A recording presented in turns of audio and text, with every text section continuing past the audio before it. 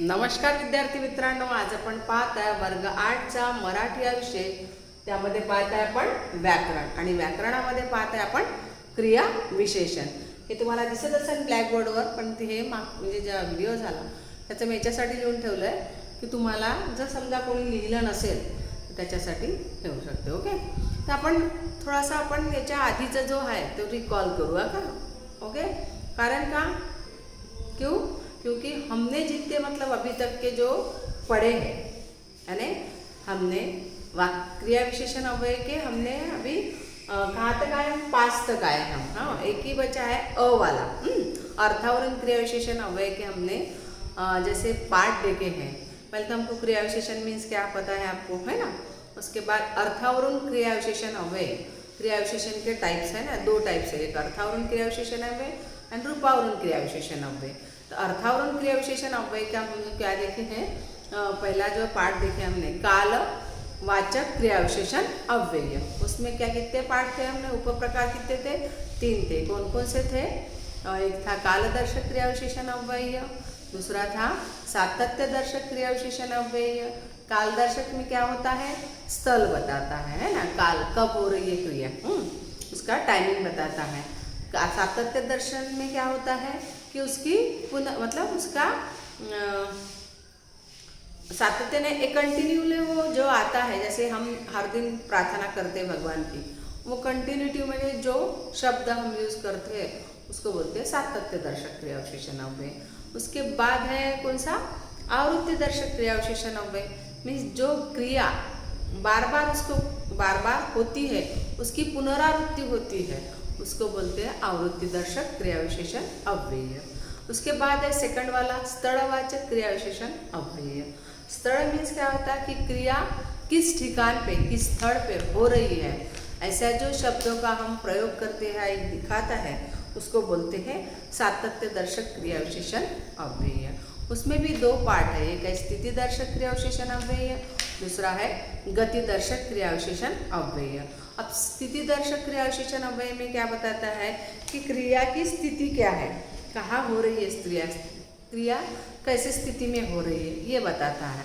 गति मीन्स उसका मतलब जैसे सामने वाला आगे से आ रहा है, हम यहाँ से जा रहे हैं, तो वो जो क्रॉस होता है वो जो बताता है शब्दों की जो गति है, सेंटेंस की जो गति है वो बताता, वो दर्शाता है, उसको बोलते हैं गति दर्शक क्रिया विशेषण अव्यय. तीसरा पार्ट है हमारा रीतिवाचक क्रिया विशेषण अव्यय. अब रीतिवाचक क्रिया विशेषण अव्यय में क्या होता है, क्रिया केव्हा घडते, यानी क्रिया कशी घडते किंवा रीत दाखवणाऱ्या शब्दाला जसं उपयोग करतो आपण, त्याला म्हणतात रीतिवाचक क्रिया विशेषण अव्यय. अब रीतिवाचक क्रिया विशेषण अव्यय मध्ये 3 पार्ट है. कौन कौन से, प्रकारदर्शक क्रिया विशेषण अव्यय, देन है दूसरा अनुकरण दर्शक क्रिया विशेषण अव्यय आणि तिसरा आहे निश्चय दर्शक क्रिया विशेषण अव्यय. प्रकारदर्शक म्हणजे जशी क्रिया, जसं रमेश भरभर चालतो, चालने की क्रिया हो रही पर कैसी हो रही, भरभर. ये शब्द से उनका प्रकार पता चलता है कि तेज हो रही, कि कम हो रही, कि स्लो हो रही. ये सब प्रकार इससे हमको पता चलता है. देन सेकंड है, कौन सा है, सेकंड है आपका अनुकरण दर्शक क्रिया विशेषण अव्यय, है ना. अनुकरण दर्शक क्रिया विशेषण अव्यय, उसमें क्या होता है कि एक दूसरे का, जैसे लोकांनी चोराला बदाबद मारले, जैसे एक ने मारा दूसरे ने मारा, मतलब अनुकरण करते हैं, मतलब उसकी कॉपी करते हैं. ऐसे शब्दों का जब चयन होता है उसको बोलते हैं अनुकरण दर्शक क्रिया विशेषण अव्यय. और तीसरा है अभी कौन सा, निश्चय दर्शक क्रिया विशेषण अव्यय. अब निश्चय दर्शक मीन्स क्या होता है कि जिसमें निश्चय रहता है, क्रिया नहीं मुझे करना ही है, मुझे ओके नाउ लिसन, यानी कैसा निश्चय दर्शक मीन्स क्या होता है कि जो मन में करने की ठान लिया, उसको बोलते हैं निश्चय दर्शक क्रिया विशेषण अव्यय. उस शब्द का चयन होता है सेंटेंस में, जसं मी नक्की उद्या करणार, मी उद्या नक्की हे काम करणार, नक्की मला जायचंच आहे, ये जो शब्द अपन मस्ट वाले जो शब्द असतात वो शब्द को क्या बोलते हैं, निश्चय दर्शक क्रिया विशेषण अव्यय। ये हो गए रीतिवाचक क्रिया विशेषण के 3 प्रकार हो गए ना, प्रकार दर्शक क्रिया विशेषण अव्यय, अनुकरण दर्शक क्रिया विशेषण अव्यय और थर्ड कौन सा है, निश्चय दर्शक क्रिया विशेषण अव्यय। अब फोर्थ है कौन सा, संख्यावाचक क्रिया विशेषण अव्यय, है ना। फोर्थ वाला कौन सा था, संख्यावाचक या परिणामवाचक क्रिया विशेषण अव्यय। अब संख्यावाचक या परिणामवाचक क्रिया विशेषण अव्यय मीन्स क्या होता है की वाक्यातील शब्द जेव्हा क्रियेची संख्या किंवा काय दाखवते, परिणाम दाखवते त्याला म्हणतात संख्यावाचक या परिणामवाचक क्रिया विशेषण अव्यय। इट मीन्स क्या हुआ कि सेंटेंस में जो शब्द हम क्या करते हैं, सेंटेंस में जो क्रिया हो रही है उसका क्या दिखाता है, जो शब्दों का हम यूज करते हैं वो शब्द हमको क्या दिखाता है, क्रिया संख्या या परिणाम दिखाता है, उसको बोलते हैं परिणामवाचक क्रिया विशेषण अव्यय या संख्यावाचक क्रिया विशेषण अव्यय। ओके, उसका मैंने उदाहरण दिया था कि तो जास्त बोलतो, है ना, तो जास्त बोलतो, जास्त हे काय, जास्त कमी हे संख्या आहे ना, तो जास्त बोलतो म्हणजे संख्यामध्ये यायचं काय का।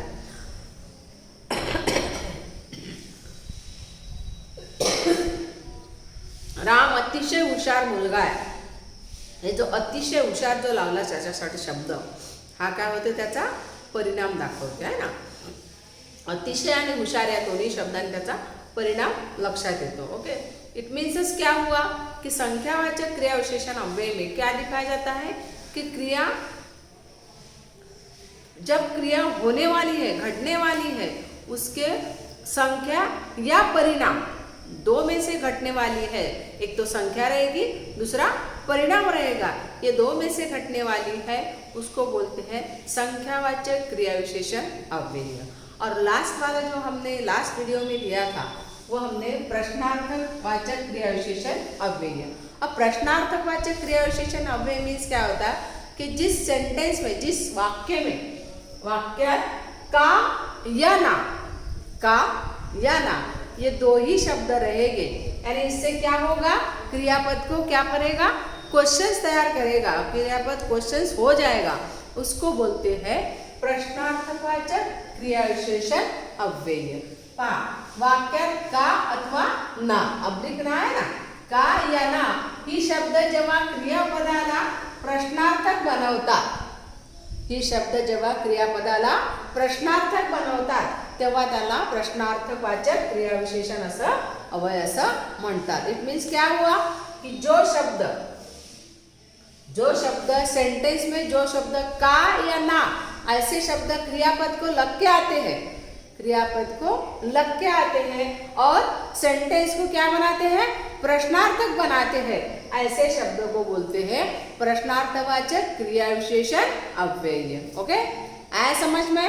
ओके, अब इसका तुमको मैंने उदाहरण में दिया था, देखो, तू शाळेत जाते का, तुम्ही पुस्तक वाचाल ना, ये जो दो शब्द है उससे क्या होता है, प्रश्न चिन्ह तैयार होता है और इसी को बोलते हैं प्रश्नार्थकवाचक क्रिया विशेषण अव्यय। ओके, ये हुआ हमारा जो पिछले हमने अभी तक के जो वीडियो है उसका थोड़ा सा सार बताया मैंने, यानी सार इट मीन्स रिकॉल किया हमने। ओके, अब हम देखेंगे अर्थावरण क्रिया विशेषण का लास्ट बचा है कौन सा, 6 वाला, क्या है नाम उसका, क्या है ना, 6 वाला का नाम है रूपा निषेधार्थक क्रिया विशेषण अव्यय। कौन सा है, निषेधार्थक क्रिया विशेषण अव्यय।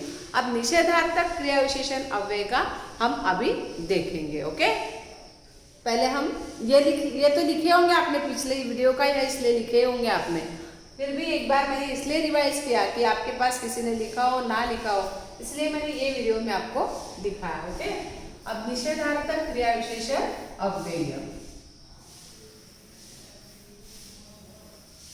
निषेधार्थक क्रिया विशेषण अव्यय का हम पहले समझ लेते हैं, उसके बाद उसकी डेफिनेशन लिखते हैं। ओके, तो निषेधार्थक क्रिया विशेषण अव्यय में क्या होता है,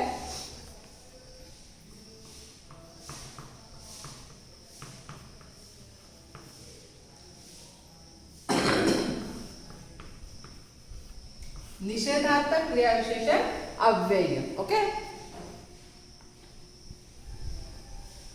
इसमें भी वही है जैसे प्रश्नार्थक वाचक में का ना था, इसमें है कि सेंटेंस में न, ना, न या ना ये शब्दों को जब आप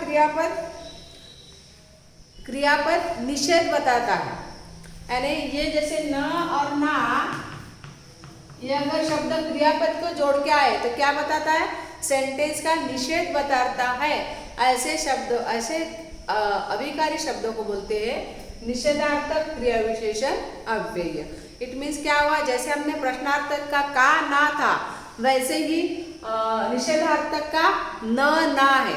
न या ना, सेंटेंस में न या ना ये जो शब्द है क्रिया का निषेध बताता है या क्रिया का निषेध दर्शाता है या फिर नकार दर्शाता है, ऐसे शब्दों को बोलते हैं निषेधार्थक क्रिया विशेषण अव्यय। समझ में आया? निषेधार्थक क्रिया विशेषण अव्यय में समझ में आपको कि जो जैसे प्रश्नार्थक में का ना था वैसे ही निषेधार्थक में न और ना ये अगर क्रियापद को लग के आते हैं शब्द तो सेंटेंस का निषेधार्थ समझ में आता है या निषेधार्थक होता है, उसको बोलते हैं नकार दर्शाता है। ऐसे शब्दों का जब हम सेंटेंस में यूज करते हैं तो उसको बोलते हैं निषेधार्थक क्रिया विशेषण अव्यय। ओके, आया समझ में? निषेधार्थक क्रिया विशेषण अव्यय मीन्स क्या? तो ओके, अब हम उसकी डेफिनेशन लिखेंगे। ओके, पहले मैंने ओरल बता दिया आपको, डेफिनेशन मेरे साथ में ही लिखिएगा आप लोग, ताकि आपको लिखने के लिए रुकना नहीं पड़ेगा। ओके, अब देखो वाक्यातील, मैं रीड भी कर रही हूँ। ओके, वाक्यातील वाक्यातील न अब्लिक ना ही शब्द जेव्हा क्रियापदाला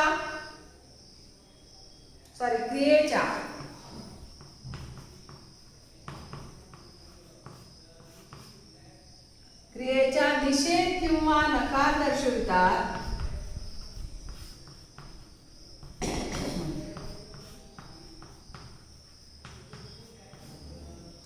नकार दाखवितात या दर्शवितात दोनों चलता है।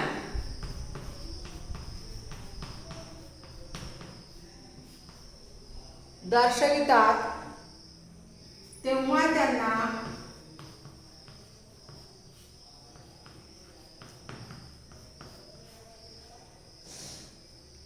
निषेधार्थक क्रिया विशेषण असे म्हणतात।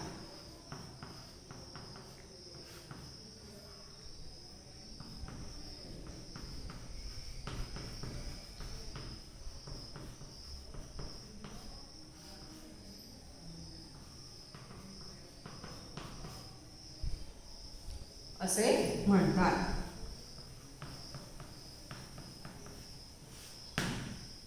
निषेधार्थक क्रिया विशेषण की जैसे प्रश्नार्थक क्रिया विशेषण का था, सेम वैसा ही यहाँ पे भी है। ओके, इट मीन्स क्या हुआ, वाक्यातील न या नाही शब्द जेव्हा क्रियेची निषेध किंवा नकार दर्शवितात अशा शब्दांना म्हणतात निषेधार्थक क्रिया विशेषण अव्यय। अब उसका हम उदाहरण देखेंगे। ओके, उदाहरण लिखिएगा, ये लिख लीजिएगा आप लोग अपने नोटबुक्स में। ओके, तो न विसरता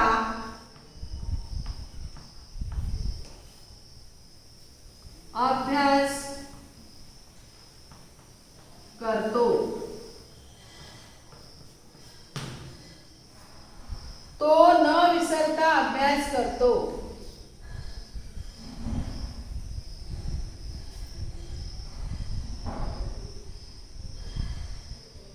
स्वरा अभ्यास केला तर ना,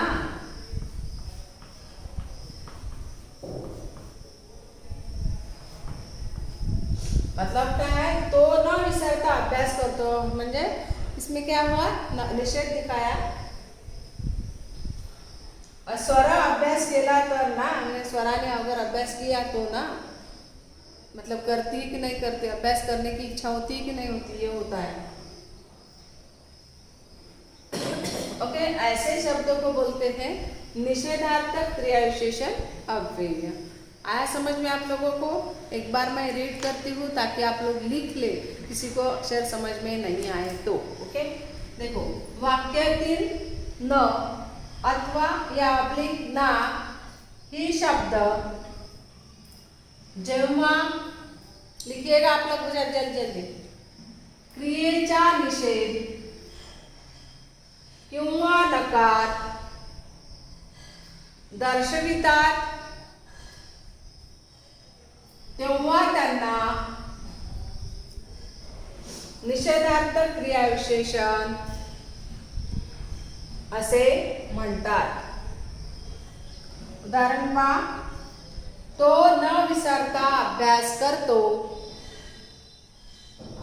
स्वरा अभ्यास केला तर ना, ये दोनों उदाहरण है उसके। ओके, ऐसे अगर न और ना का शब्द आया तो क्या समझना चाहिए? निषेधार्थक शब्द, निषेधार्थक क्रिया विशेषण अव्यय समझना चाहिए। और जिसमें का और ना आना, का और ना अगर आए तो उसको प्रश्नार्थक क्रिया विशेषण अव्यय समझना चाहिए। अभी हमारा जो पार्ट है ये, यहाँ पे हमारा क्या हुआ कंप्लीट? अर्थावरून क्रिया विशेषण अव्यय यहाँ पे कंप्लीट हुआ। अब कौन सा बचा है हमारा? रूपावरून क्रिया विशेषण अव्यय। ओके, रूपावरून क्रिया विशेषण अव्यय। इतना लिखे आप लोगों ने, सबने लिखा? लिखा आपने सबने? रब द ब्लैक बोर्ड। ओके, अब हम कौन सा देख रहे हैं? अभी हम रूपावरून क्रिया विशेषण अव्यय, ये हुआ हमारा अ कंप्लीट हुआ। यहाँ पे ब हम अभी स्टार्ट करने वाले हैं। ओके, ये लिखे होंगे आपने, आई होप।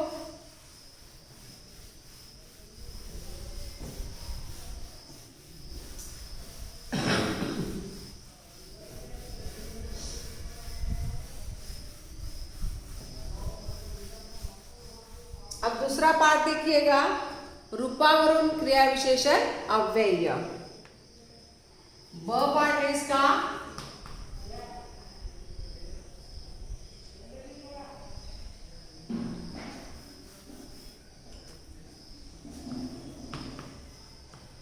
रूपावरून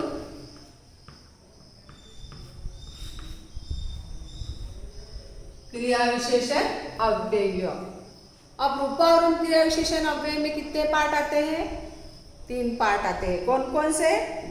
सिद्ध क्रिया विशेषण अव्यय, कोणतं? साधित क्रिया विशेषण अव्यय एंड सामासिक क्रिया विशेषण अव्यय। कौन से पार्ट आते हैं इसमें? आपने लिखे होंगे, उसमें टाइप में मैंने लिख के दिया था। अब हम पहला पार्ट यहाँ पे देखेंगे, कौन सा?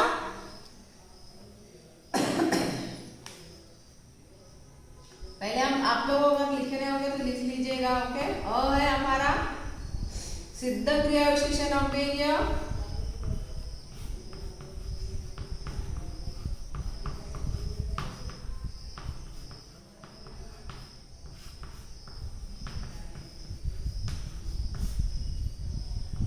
आ है सिद्ध क्रिया विशेषण अव्यय, साधित क्रिया विशेषण अव्यय,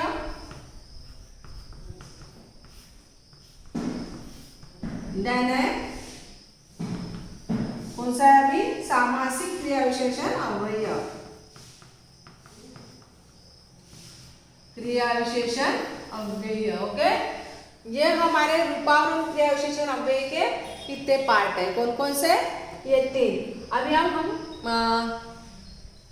इसका जो पहला है सिद्ध क्रिया विशेषण अव्यय हम अभी लेंगे। ओके, यहाँ तक समझ में आया ना आप लोगों को? अ कंप्लीट हुआ, ब हमारा स्टार्ट हुआ। आप लोगों ने लिखे, ये लिखे आप लोगों ने? ओके, सो ये जो 3 पार्ट है हम अभी अगले वीडियो में लेंगे। ओके, तब तक के लिए bye bye, have a nice day.